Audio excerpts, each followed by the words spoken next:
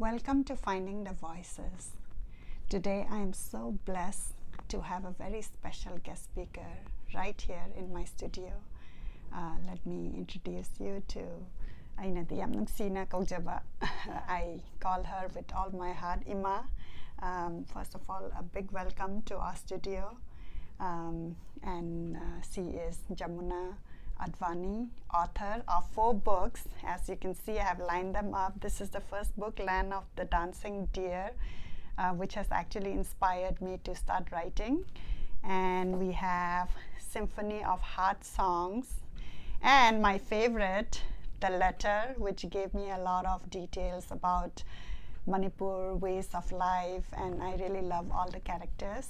And the newest book in Maitailon, Manipuri, Nurse Hemabati. I still have to read this, and I'm waiting for my mom to read this for me. So welcome to our show. This is yet another episode of 1001 Thagatchari. Thank you, Monica. I'm so happy that I could come today and see you personally at your studio.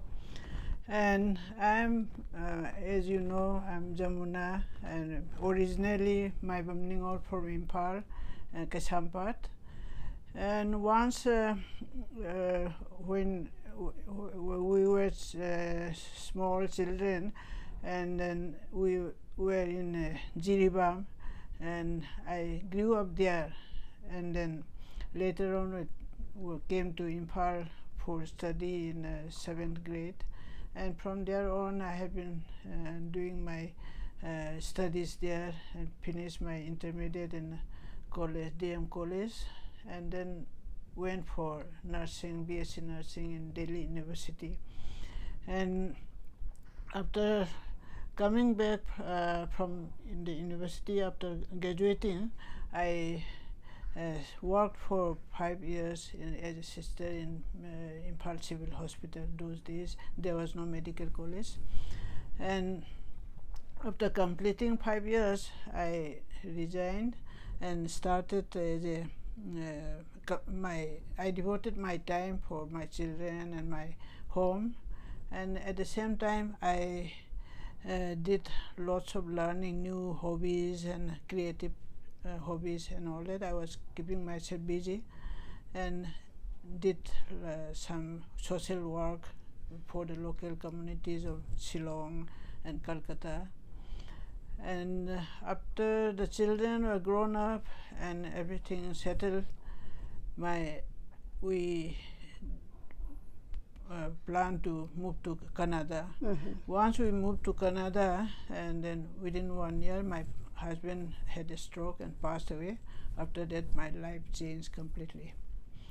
So I did some research to do what to do there, and then I worked for few years just to get myself used to that living in USA and Canada. And 2007, I came across a author, Linda Joy Myers, in the TV, and she said it is writing is healing. At the same time, anyone can write. I was so surprised to hear that. Then I decided I'll join her class, and I took introductory class from her, and later on I joined different classes and started writing seriously.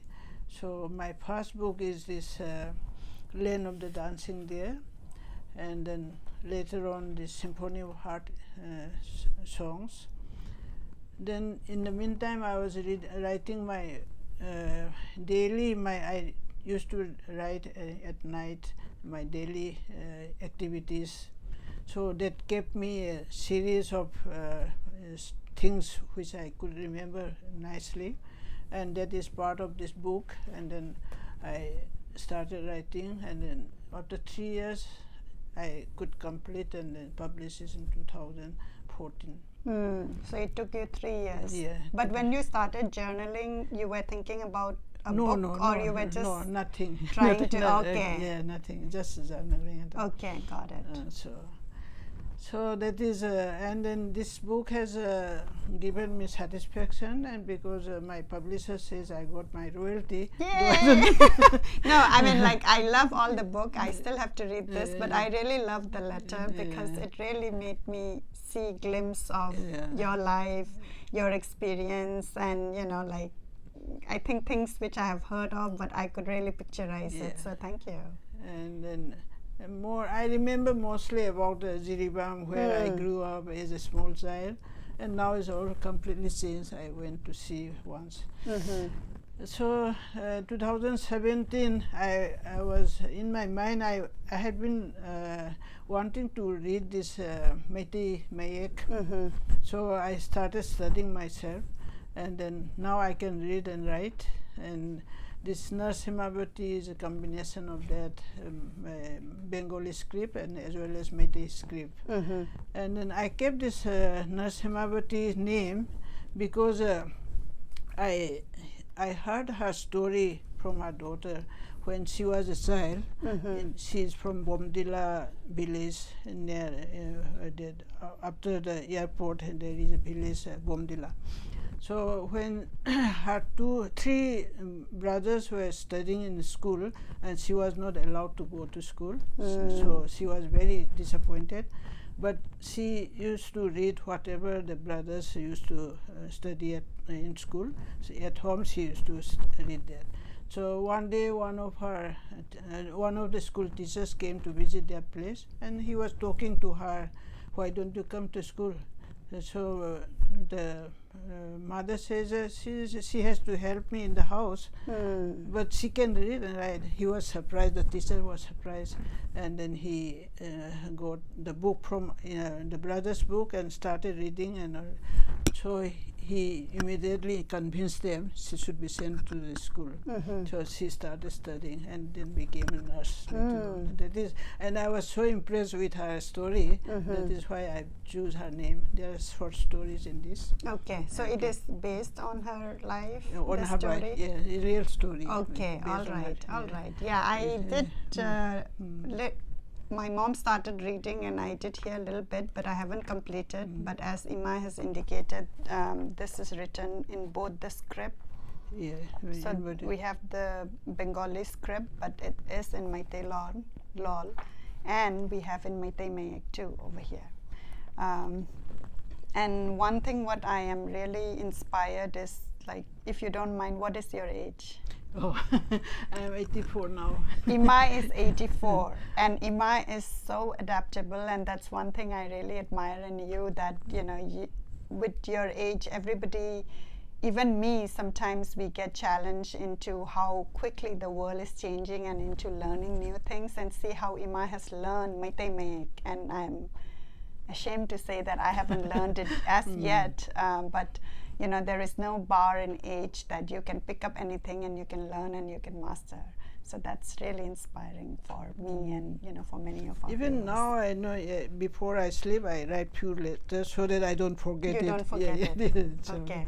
So that is what I don't go specially for a time for this, but I just do a few minutes of writing. Okay. All right. So there are, before we go into the Thagatchari, couple of questions, if I may ask. Like I said, I'm very inspired by your adaptability right at the age of 84. So can you share some of the challenges and advice to our listener, to me, on, you know, your life as you went through the changes, right, coming from India to Canada and then US? If you can share a little bit on those. Yes, I think you keep doing new things, start new things. I have been wanting from India itself, I'm wanting to play golf, which I never could get a chance to play there. But I joined here once, and I could do that, you know, at the age of about, I think, 70, I started that golf.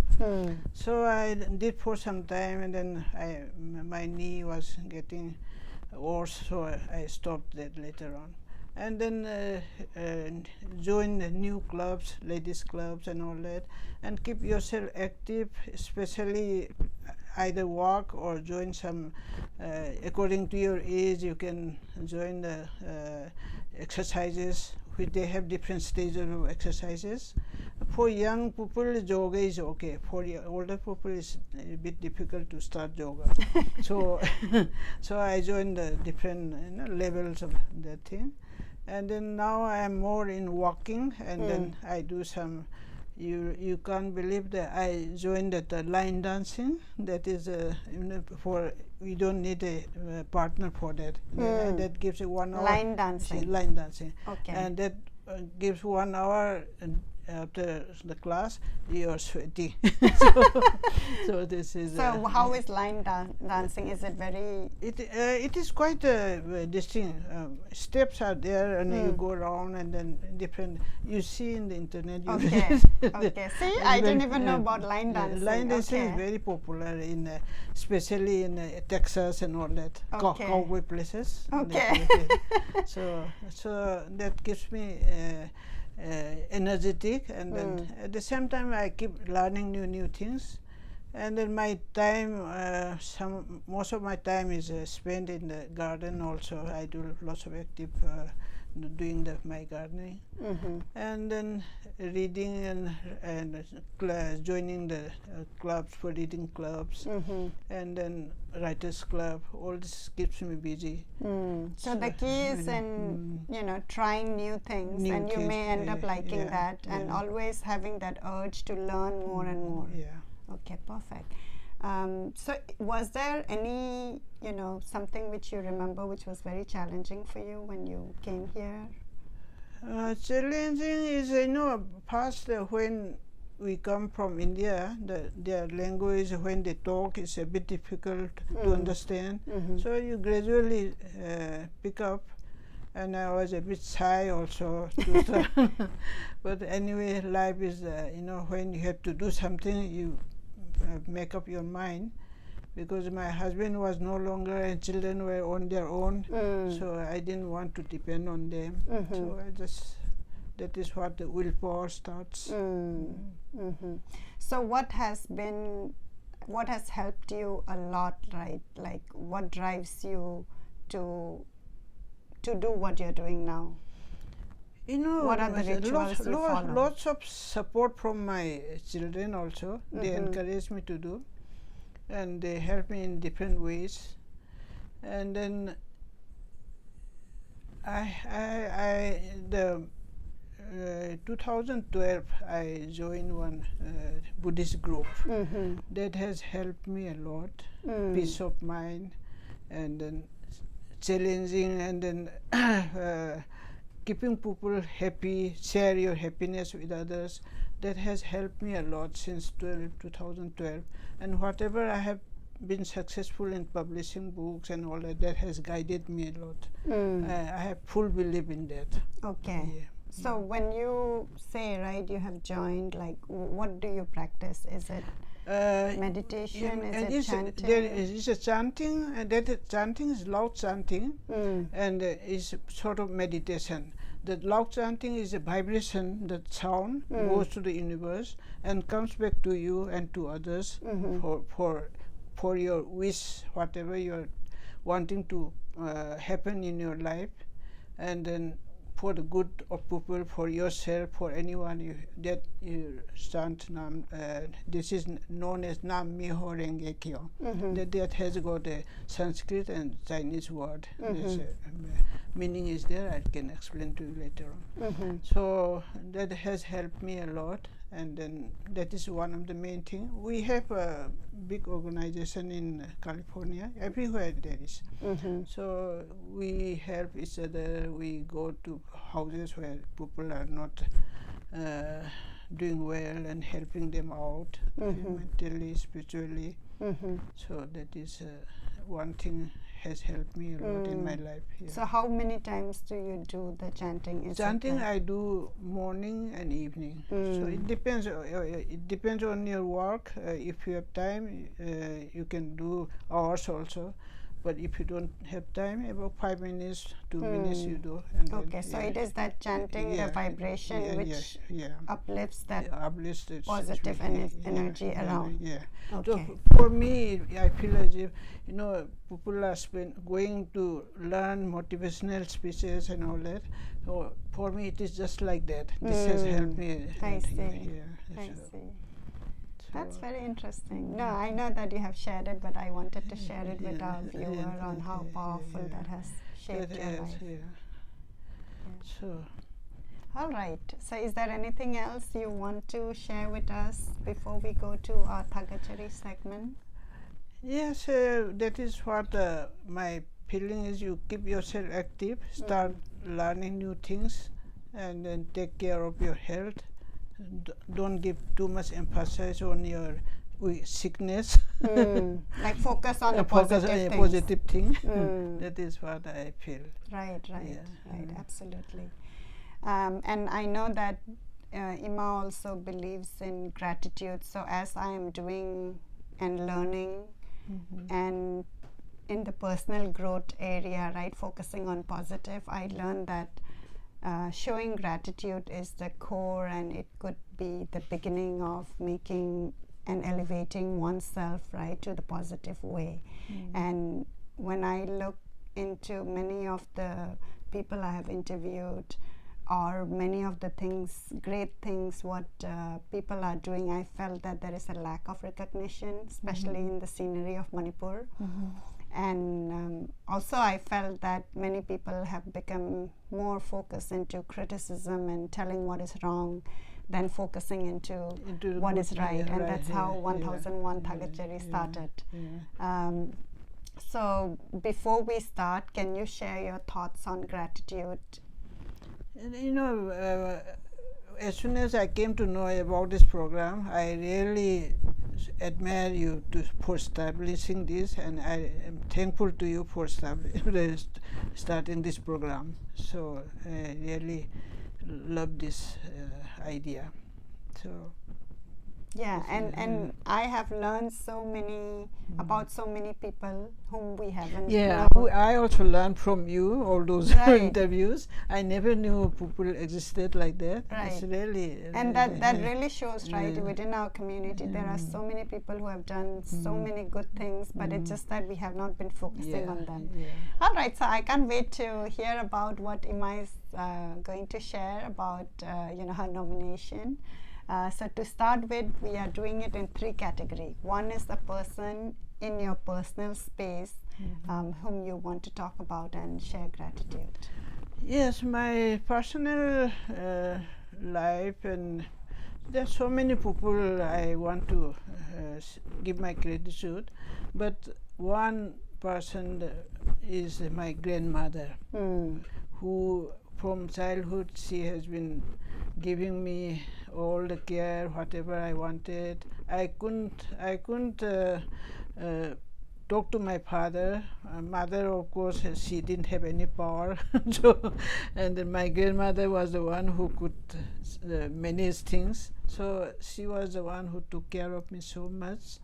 And I really, she became widow at 21 years of age, and then she started living with us, with my mother, and grandmother was my mother's side. And then she taught me so many things, the culture of Manipur, how a girl should walk, how a girl should talk, all those when you were young. I still remember those. And then, when I'm grown now at this age, I feel, I could have done so many things for her I couldn't do. And I really feel sorry now. I could do, but I didn't realize that time. I really didn't realize it. So, you're doing nice things now, your mom is nearby and all those, and then whatever my advice is to the young generation, do whatever you can when the elders are around. Whatever you could do. Once they have gone, it is you cannot do anything now. So I still repent for those. What would you have wanted to do that you think you didn't do? I don't know. With so many things, we were not very well-to-do. My father was just in the clerical position. So, later on I could do much more than what she deserved. So that is what I was feeling. Okay. Yeah, and I read about her in your book, the letter about your grandmother, and how this scene is coming, right? Like how she tried to do some puja for... Yeah. And the Sanamahi, I used to go in morning and burn incense, and then tulsi and all those, and she used to teach me. Yeah, very interesting. All right. Anything more you want to share about your grandmother? Yes, I still, that is what I say, she did everything for me and for others also, even more my brothers and all that. She was always caring type, so I'm really grateful to her. You had a very special bonding with her. Yeah. So when did she pass away? It is quite long ago now. She was 78 that time, quite long. So after that my father and then my mother passed away. So you realize when person is gone, that how you miss so much, you miss. So what is the most, I guess, I know that you have learned a lot from her, but what is the thing like which you are holding on about her in your heart? She always supported me. That is one thing. She always supported me. And even for this, after the intermediate, I was selected for this course in BSc Nursing. And my father was against it, and she supported me. Okay. And then she arranged everything. Even though we didn't have enough money, still she managed to get things done. Take me around to arrange someone to take me to Delhi and all that. Those things. She was always there. Very influential and powerful in the way to shape what to drive you to get what you want. Yeah. All right. What is her name? She was R.K. Rajkumari Sanachaubi. All right. That's so wonderful. Anything else you want to share before we go to the next? I think so far I don't remember now anything. So far it's okay. Okay. All right. Yeah. So the next segment is to nominate someone at the level of Manipur, whom we are grateful for, for elevating Manipur to the world. So for Manipur also I have so many I admire. M.K. Binodini is one, and then Oja Thoibi and Oja Pramodini, all those people. And for men also there are so many, but I choose one, this Soros Nolini Arambam, parent.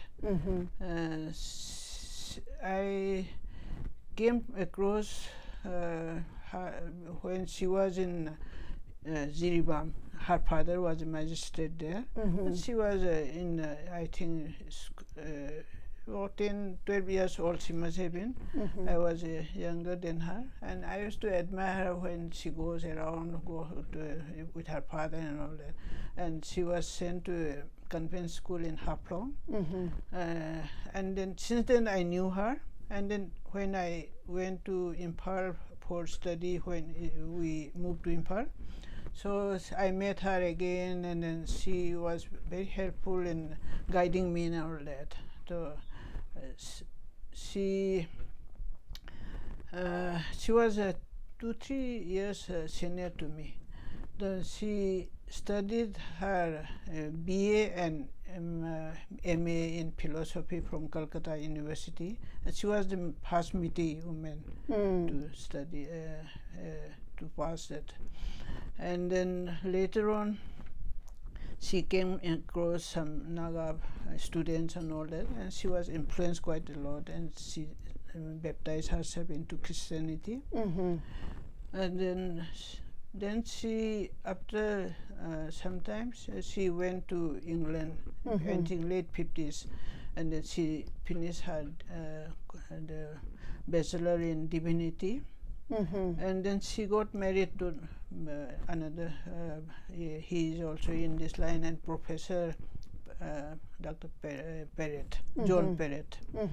So once they got married, they wanted to work in India, but India government didn't allow. So they went to Nigeria. So they became missionaries. Missionary sort of thing, but they were in the educational line. Okay. Education line. So she used to teach philosophy and all that in Nigeria, and he was also in some university. So later on, he was selected in a university in Australia. That after that, once he came to know he was selected in Australia, she she got admission for philosophy, for further study in doctorate. So she studied there along with her husband when he's working there. She had 3 kids, and the husband was always traveling, but she still managed to finish her thesis. So the first thesis was she published was Religion of Manipur. And after that, when 2000, I think 2000, when they were coming back after the assignment, she joined this Manipur University honorary professor, and she started doing research and all that. And 2 books she published. One is the Queen Empress versus Tikendrajit. Another was Lai Haraba. These 2 books she published. She and her husband, co-author, published that book. And then later on, when at the end, she wanted to translate that Kumpapa, that Chetharol Kumpapa, and then she took the permission to photocopy that from the royal, from the palace, and she got all the photocopies of the material in Metimeh, and then she started translating, and then the first copy, the first volume she published in time. In the second volume she couldn't publish, but she finished the second volume. She started having a terminal sickness, illness. So she died in 2009, I think. She passed away, and that is what. And then, and the 2 books. These 2 books are very valuable for people who are in study for the Indo-Burmese section of their studies. So, and she was always, even though she was out, she was always mostly in Manipur, doing all this research. So that is what I admire her a lot. And those days I didn't realize much. Now only I realize, when she was. And I was not in writing. I was busy with other things. Right. Yeah, and in fact, I have her book here. I didn't know that you will be nominating her, and I have her book, right? So this is, I don't know which is the first part. Let's see. No, this is volume 2. So this is the first part, the Court Chronicle of the Kings of Manipur, Chaitharon Kumpapa. And this is the second part, the Court Chronicle of the Kings of Manipur. And I really love the book. Again, like there are a lot of things, right, which we have to read. We have to know. But I was so impressed with the research and photography, right? Like you said, there is that actual photographs of the script. And I did a research, and I came to know that she passed away. Yeah. And today, when you're talking about knowing her personally, this is so amazing. So tell us more about what else do you know about her? I remember one incident. First time I went out, I met her in Calcutta. She was studying there at that time, and then I didn't know how to wear sari. Instead of wearing sari, she said, "What are you doing here?" she showed me, "You have to turn this way, the sari." Okay. That incident I remember still.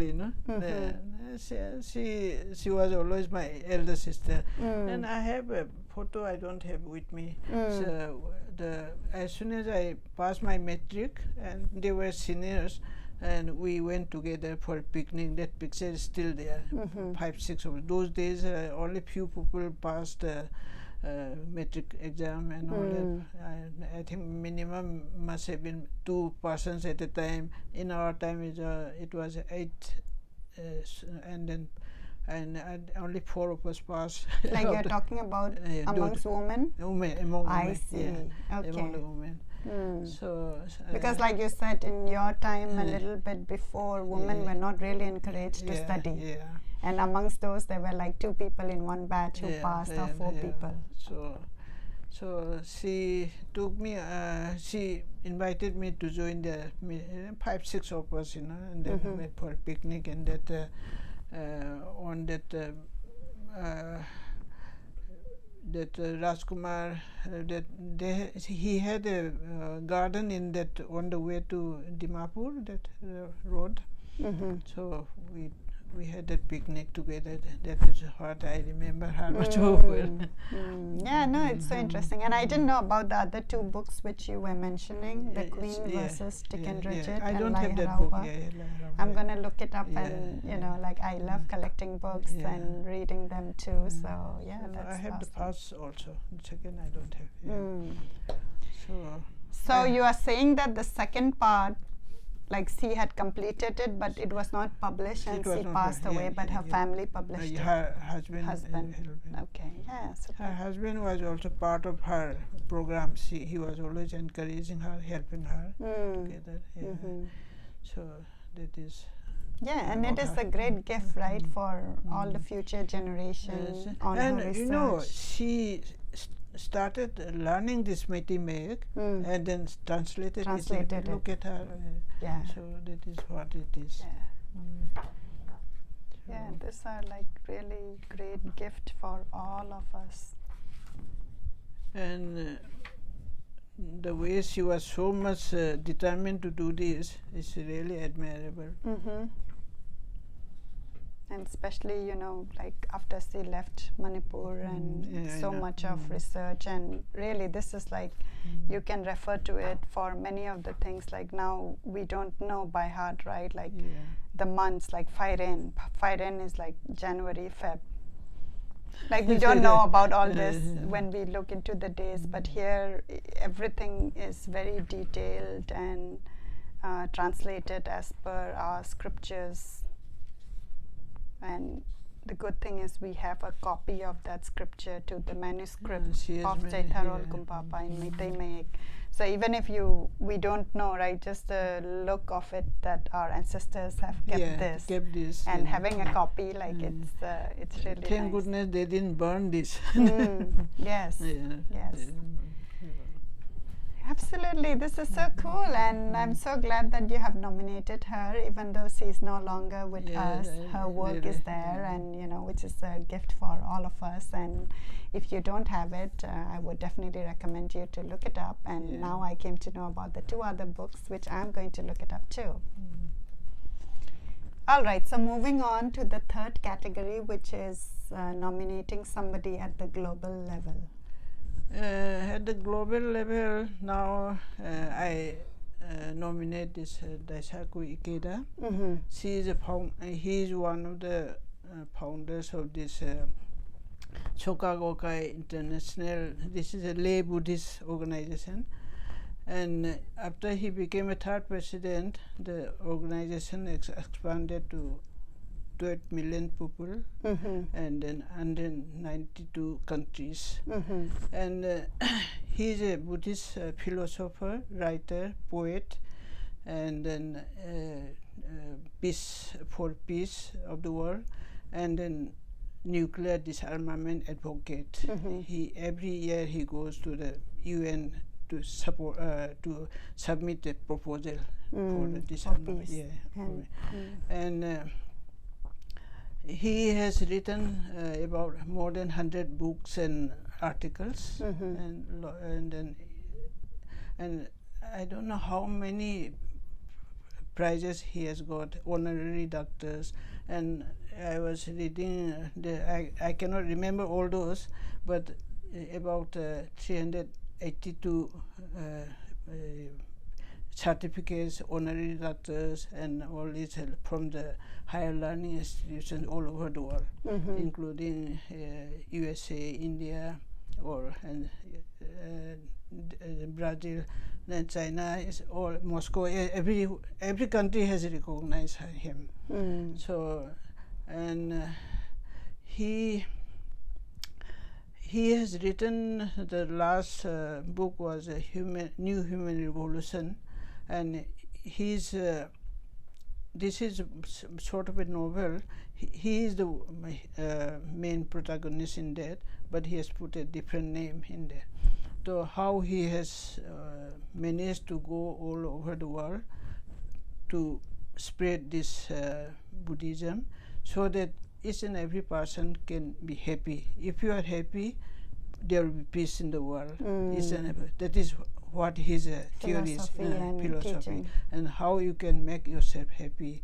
That is what his teachings are. And then he encourages everyone who is a member to spread the word and then make everyone happy, and that is the main goal for the world peace. And he is an advocate for that, to spread all this and going on in this world now. So he wants peace, so that he is recognized by most of all over the country, all over the world.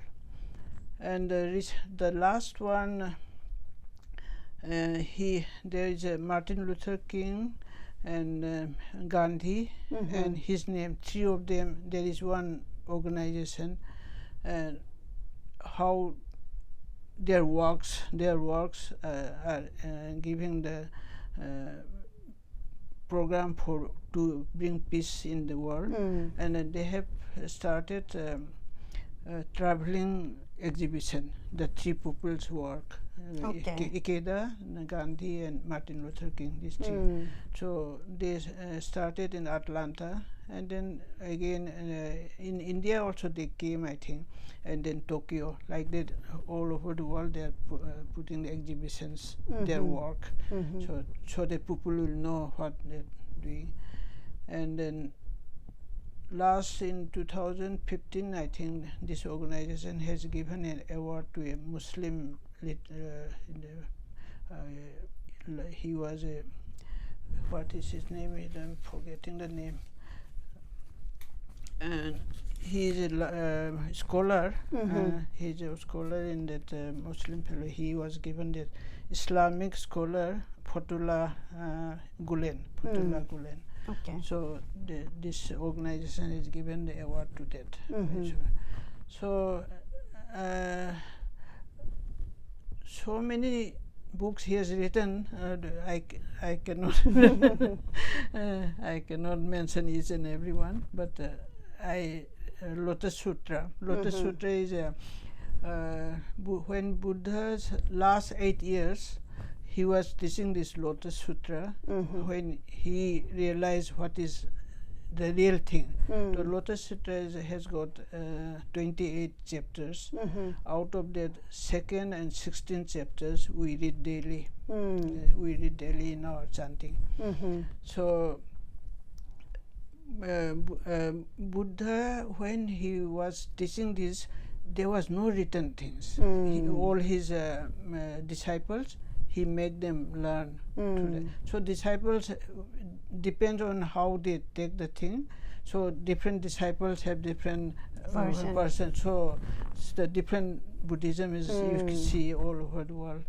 So Lotus, the last 8 years of his life, he was busy in teaching this Lotus Sutra. Mm-hmm. So about this Lotus Sutra, he has written the book, volume 1 to 6. And then his latest New Human Revolution, so how a person can work to spread peace and this particular Buddhism. So he has written this book, The New Human Revolution, from volume 1 to volume 30. Mm-hmm.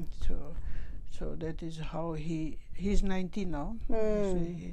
And when he joined this, he was 19 and he was having tuberculosis. He was I sick. see. And doctors told him, you may not live till age of 30. Mm-hmm. Now he's 90. He's healthy. So his prayer, determination, keeping himself so busy with all this work, so he's still active. Cool. So that is what I choose him as a. Yeah, absolutely. That's so wonderful. All right. So on that note, I wanted to thank you for coming to our show and sharing your Thagatchari. So this is a special card for you. Oh, thank you. Because I believe that it really takes special people to come to our show to share gratitude, and I know that Ima has done a lot of preparation and research to come and share about the details for all the people she has nominated. So thank you so much, first of all, to you. And these are cards, gratitude cards. This is a new one. Yes, so this is something I have painted, and we are giving this to all the people who has been nominated. And I know that both your nomination for the first two are already passed away, but still on their name and memory I would still give you, and I'm giving you some more so that you can write it to people who you thank you who you want to express the gratitude, and so this is for you. Thank you so much. And this is again a set of cards. This is a picture of the beautiful Zuko lily blooming beautifully in Manipur, in the border of Manipur and Nagaland. And in fact, this cards I have used it for fundraising for palliative care, which Ima also participated. So thank you, and this is a gift for you. Thank you so much. And I want to thank everyone who has been very supportive, right? Because I have a dream that everybody in Manipur, particularly in Manipur, but of course all over the world, should get a card like these are cards made out of my art, but should get a card, should write Thagatchari, and I truly believe that this will touch all of us. So even if I give a birthday card or anything, I take your card and then yes. So please do support our cards. It is there in my website. And we did raise 1 lakh 1 rupee for palliative care through my artwork and greeting cards. That's really good. And we will continue, supporting initiative which we come through Finding the Voices when we interview somebody and they're doing like really great work, right? So right now for my next one, I'm thinking of doing the fundraising for one of the initiative. Which gives education to children in the hills of Manipur. So that is going to be my next project of fundraising. And we all use cards, right? Like for greeting, for birthday or notes or thank you. And I just felt that we can support them too. Thank you so much. You are really wonderful. You're doing a great job. I just can't express enough. But anyway, whatever I could, I am thankful to you for this occasion. Yeah, definitely. And Ima is watching. Do watch our show, and I really appreciate your feedback and comments. It makes me think of improving, or how who I need to invite. So definitely, a big thank you for being our, supporter and main listener for Finding the Voices. I'm a big fan of you. All right, so I have to ask you for a favor before we end. I know that you said you will teach me offline, but can you teach us how to chant? Yeah, sure. So sure. can we do that together? Yes. What do I need to do? And maybe we can chant together and end the show. What do I need to write? And Nam, N-A-M. Nam. M-Y-O, Myo. Mm-hmm. Ho, H-O. Renge, R-E-N-G-E. Renge, Kyo, K-Y-O. Okay. This meaning is Nam is devotion. Mm-hmm. Myo Ho is a universe, what is going on in the universe, and your whatever you do, your karma, you do your action gets the karma according to that. Mm-hmm. And Renge is a lotus flower. Mm-hmm. Lotus flower has got fruit and flower both. Mm-hmm. That means whatever you get the karma, that fruit out of that. Your what you are doing, you get the fruit immediately. Mm-hmm. So that is a meaning. Okay. Ngekyo is with the sound universe, you get the reciprocation from the universe. Okay. And this is the meaning. This is one of the. This is the title of this 28 sutras, Lotus Sutras. Okay. Main title is this one, and then. Okay, so let us do the chanting. Yeah, okay. And I will let you guide us, and we can. So we go together. Mm-hmm. Nam myo ho renge kyo. Nam myo ho renge kyo. Nam myo ho renge kyo. Thank you. Thank you for watching.